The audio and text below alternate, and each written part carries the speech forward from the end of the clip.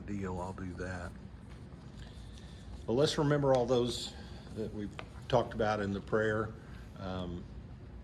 And let's go ahead and pray real quick before we get into our lesson.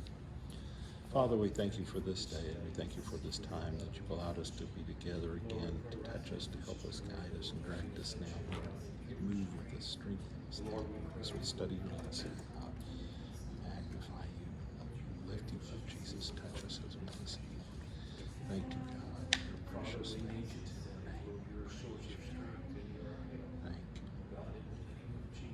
Thank you. Praise you, Father, in Jesus' name. Praise you. Well, a few months ago, it's been quite a while before COVID, we did study Genesis. It may have been a couple of years ago. I can't remember. But so we left off there. Joseph had taken his family.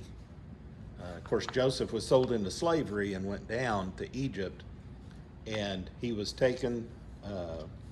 He became the ruler, second in command of Pharaoh, and because of that, his brothers came down because of the famine. God had given him a vision of the famine that was going to happen, and he told Pharaoh, and Pharaoh would put him in charge. Well, his brothers came down to get some food, and they did that a couple of times. And finally, he wanted him to bring Benjamin, his youngest brother, because he didn't come. And also, they wanted to bring his father. Well, his father came finally at the end, but Benjamin came, and they had a reuniting, and they went into slavery. And God sent them to Egypt. I mean, they didn't go to slavery. He sent them to Egypt to protect them. While they were in Egypt, it's almost 500 years. I think they say it's 400 plus years that they were in Egypt. Because they were in Egypt, they stayed together as a nation. We'll go ahead and read the first few verses here. I'll try to go through it as the lesson has. Exodus 1, the title is Israel Multiplies in Egypt. It says, these are the names of the sons of Israel who went to Egypt. Now, I think this is New King James that I put it in. I think in the King James, do you have King James? Yes, these are the names of the children. Okay, and one of them, it said in the original Hebrew, it says, and these are the names. And that and is a conjunction with what was left off in Genesis. As we remember, Moses wrote the first 5 books. So he wrote Genesis, Exodus, Leviticus, Numbers, and Deuteronomy. This is a continuation of that. And so we break it up into books when in reality it wasn't. It was probably all together on one, several different scrolls, but it was made up of one, what we would call book. But later on, they tried to get natural. People don't read all in one setting. I'm a person that I can read maybe one chapter a night or a day or something. I have to get real interested in it. And I don't know what it is. My absorption is not very good. I have to do it over time. And I don't, you can tell Darla, or Darling tell you, I don't like to, what do they call that when you watch a bunch of movies together or shows? Binge. I can binge watch, but I don't remember anything. I want to see it and then kind of think about it a little bit, so when I come back to it next time, I kind of know where it's at. Well, people don't read long, like War and Peace, big thick book all at once. Most people don't. So they break it up into categories that make sense. The Hebrew Bible was just written out, and it was actually written left to right. And so it's just written out. So you just kind of put it down when you got tired of it and picked up another one. They would say, bring me scroll 1 or bring me scroll 2 or however it was on sheepskin, or it was written down on all different types of material before we got the printing press. So in this particular one, when it says in Hebrew, the Hebrew word for Exodus actually means and, a connector. And Exodus, I know to us, means exiting something, going out from something. But in that, it's a conjunction that brings it on from what happened before. So this is picking up from where they had. It says, these are the names of the sons of Israel who went to Egypt with Jacob, each with his family. So each one of these brothers had their family. So you had Reuben, Simeon, Levi, Judah, Issachar, Zebulun, Benjamin, Dan, Naphtali, Gad, and Asher. These are the descendants of Jacob, and they numbered 70 in all. So 70 people came out of the promised land, Israel, and went into Egypt, plus Joseph. Joseph was already there. So there was 70 there. And said the descendants of Jacob multiplied, or numbered 70 in all. Joseph was already in Egypt. Now Joseph and all his brothers and all the generation died. So we know when Joseph went into Egypt, he was a fairly young man. He was, probably, because his coat of many colors is kind of what got him in trouble, that his father had given him, and he'd given him as a young. Benjamin was the youngest of them all, and that's one reason he didn't come with his brothers to Egypt to get the grain. They didn't think he would be safe enough to travel at that young age. So we're guessing, some people say he was a teenager, Joseph, but he, in this time period, we don't know how actually long he was there, but he had been there several years because he'd served in Potiphar's house, or he went to prison as a slave, and then he worked his way up and went into was serving the king, and then he got put into prison and, went back to that. But he came out, the king, or the Pharaoh, noticed him, and he went ahead and brought him in to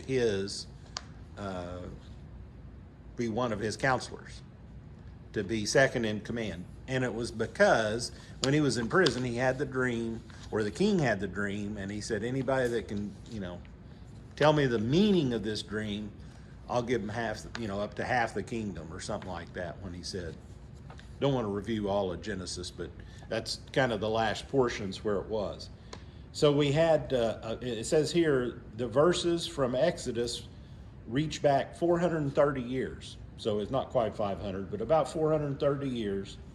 The study of Exodus begins when the story ends of Genesis. A large family with a crucial place in God's plan. And here it tells us the Hebrew words, and these are the names of, is kind of what it takes its name from, Exodus. It says Joseph died. He was the remarkable great-grandson of Abraham. All right? That is who saved Egypt. Now, Abraham himself had to go to Egypt for protection. The angel came to him and he said, you need to go down to Egypt for a while. And he did, and then he told him, okay, now it's time to go back, safe to go back. Same thing here.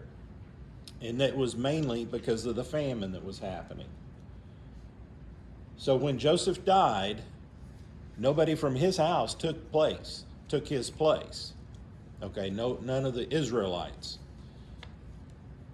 We know that Pharaoh knew that they were Israelites because that's where they came from, but they had to, if you go back and read in Genesis, he was careful to tell him, don't tell him we're shepherds, because sheep was not very good to deal with. Just tell them you're farmers.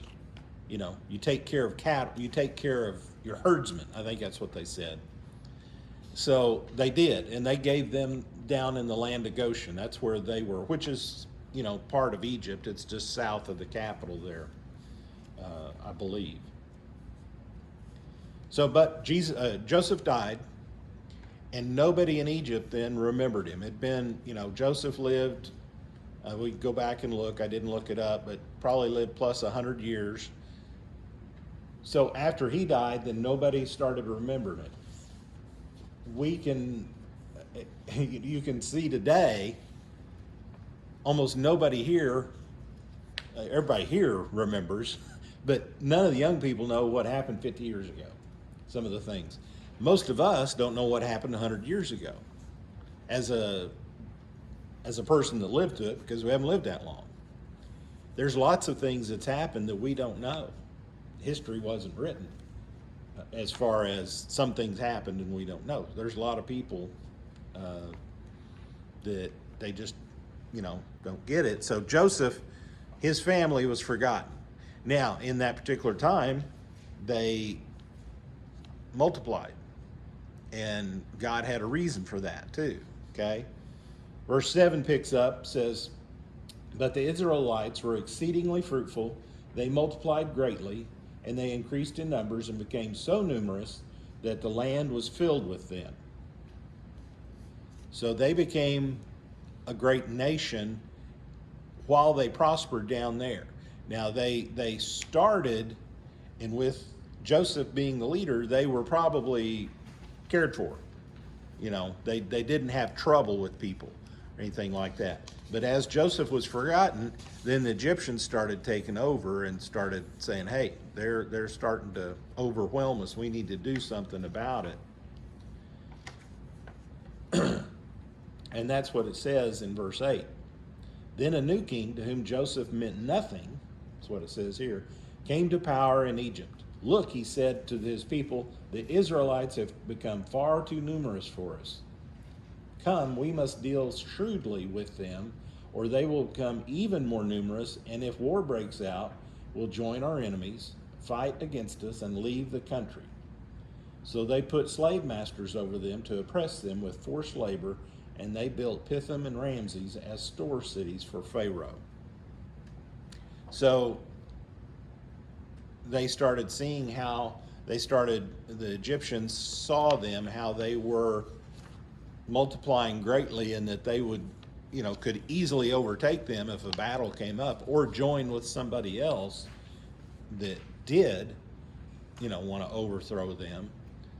So they started to oppress them. And oppress them means they would go in and make them slaves, and that's what they did.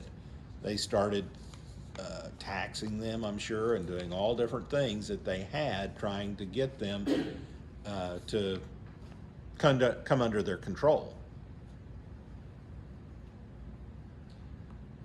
It says in this particular one, look, the people of Israel are more and mightier than we. Come, let us deal shrewdly with them. That's another interpretation that they have. They were famous. The Egyptians were famous, of course. They had pharaohs back a long time. They built the pyramids. They built all these things up until this time. But they were proud of their racial superiority towards all the people, all other people, not just, the Jews, but everything. It says in the event of war, they were also afraid that they would join the enemies. Now, the enemies that they had to worry about was the Hittites. Now, the Hittites, I know we talked about them a long time ago, but the Hittites were one that were a people of war. And they had a lot of weapons and things that the Israelites had to learn from. Later on, we'll see that as you go through the Old Testament, that the Hittites were ones that they had to deal with quite a bit, and they were a superior people war-wise, but God gave them the difference. God gave them the ability to fight them. But the Egyptians were worried that if the Israelites sided with the Hittites, they could easily overwhelm them and take them over. So it says they set these taskmasters over them. One of the things says they estimate anyone, they were slaves approximately 130 to almost 300 years. We don't know exactly, but we do know that it was for, a couple of 3 generations. It says a famous painting on a tomb from Thebes that the tomb of the overseer of brick-making slaves during the reign of Thutmose III.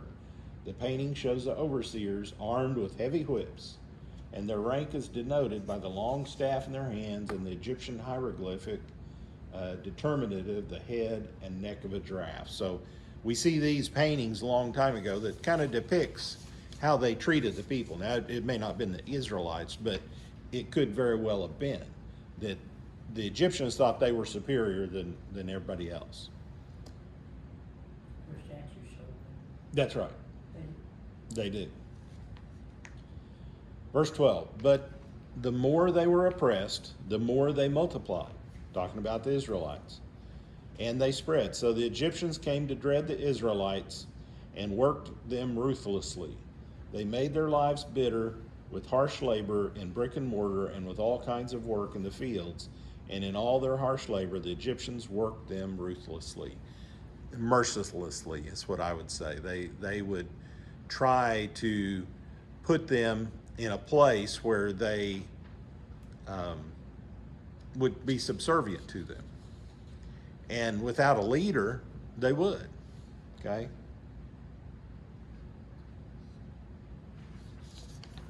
They made their lives bitter with hard bondage is another term that they had. But through the best they had through the cruel slavery, it didn't work. Isaiah 54:17 proved true. No weapon formed against you shall prosper. The wickedness of the Egyptians could hurt the children of Israel, but it couldn't defeat God's plan. God had a plan for this. Another reason it says that he sent them down there is, as I said first, to bond them together. Because of that bonding together, the Israelites stayed a pure nation. Now there were 12 different brothers and they just intermingled, their families started intermingling, but they spread out. But that's the way it started. This here may mention that they also, or the Egyptians probably didn't let them participate in their religious festivals. Even though they meant it for evil, God used it for good. God used it for good. Maintain their identity as God's children. That's right. That's right. And that was something, that's a blessing for them. They didn't think it was, but that's what God had for them. You know, that's difficult for us, because even Joseph, it said more than once, it says what? Satan meant it for evil, but God used it for good. I look back even in my life, in my family's life, where you go through things and you think, man, this is, and you can't, still yet, you may even know it spiritually, but it doesn't sometimes relieve you of the pain. That's right. Or the situation you have to go through. That's right. So verse 15 says, the king of Egypt said to the Hebrew midwives, whose names were Shiphrah and Puah, when you are helping the Hebrew women during childbirth on the delivery stool, if you see that the baby is a boy, kill him, but if it's a girl, let her live. So the king thought he would short circuit this, or Pharaoh did. He said, you will need to kill, took the midwives, and it wasn't just these two because there were many at that time. These were probably the head midwives of the area. They knew other midwives that did it, that was, helping in this service for the Israelites. But the king was going to have a plan. We see another plan like that in Herod's time, to kill the young sons, to take care of the Messiah that was coming. So we see this, that the earthly kings think one way, but God can still get around that, no matter what we think or what we do. That's why Moses was considered as a type of Christ. That's right.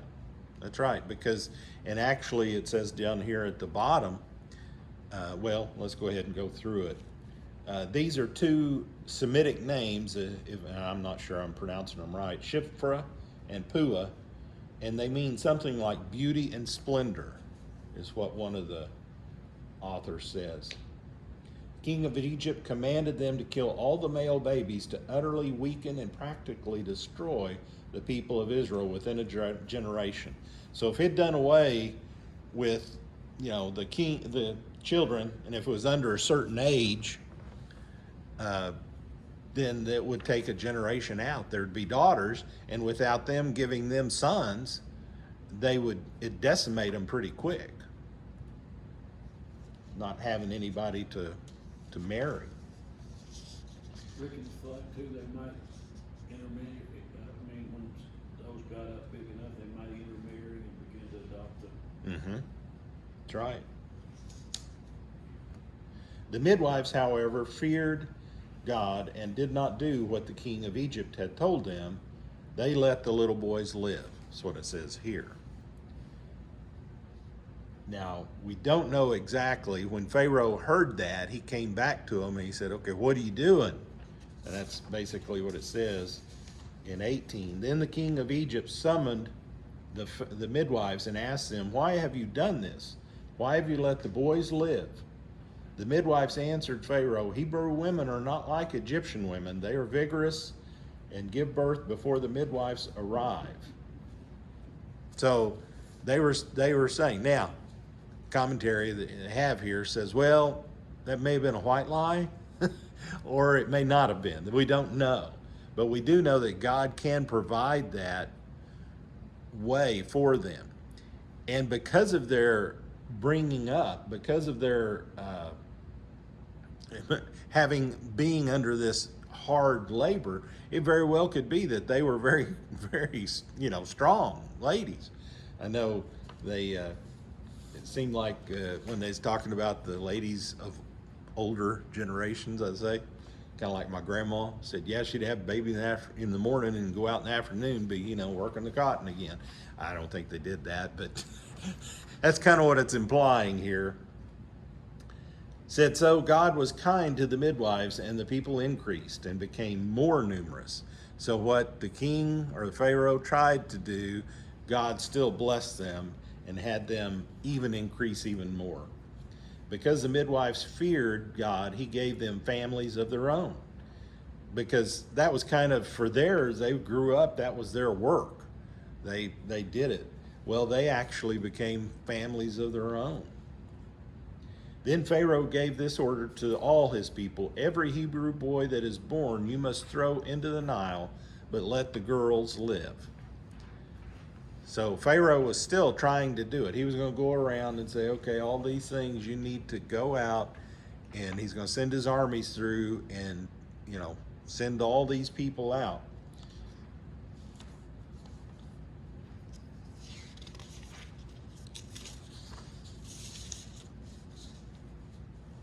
But said every son is cast in to the river.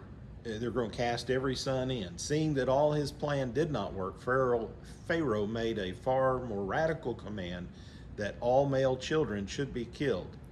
Now, I know this particular version says every Hebrew boy, but this one says it says even apparently the Egyptian boys. The actual writing, the Hebrew word said, kill all the young men, which is kind of crazy, young children. Now it's kind of interesting too, that because of this, Pharaoh made a way by throwing them in the river, or going to. That's how Moses was saved. He wasn't thrown into the river, but he was put into the river. So that's kind of, here again, God makes a way for us if we'll allow him. Sometimes we get too anticipatory or not enough patience, and we want to do our thing, kind of like Abraham, when he's told he's going to have a son. So, but in this particular case, God provided a way for them when they had no particular way themselves that they could. It was Pharaoh. How you going to rule? How you going to overcome that? But God did. So. When you study it, every time Pharaoh did something to try to dampen their spirits or do away with them, God just blessed them and they grew more. He did. They can't outdo what God's doing. They can't outsmart him. They can't God knows all what's going to happen. So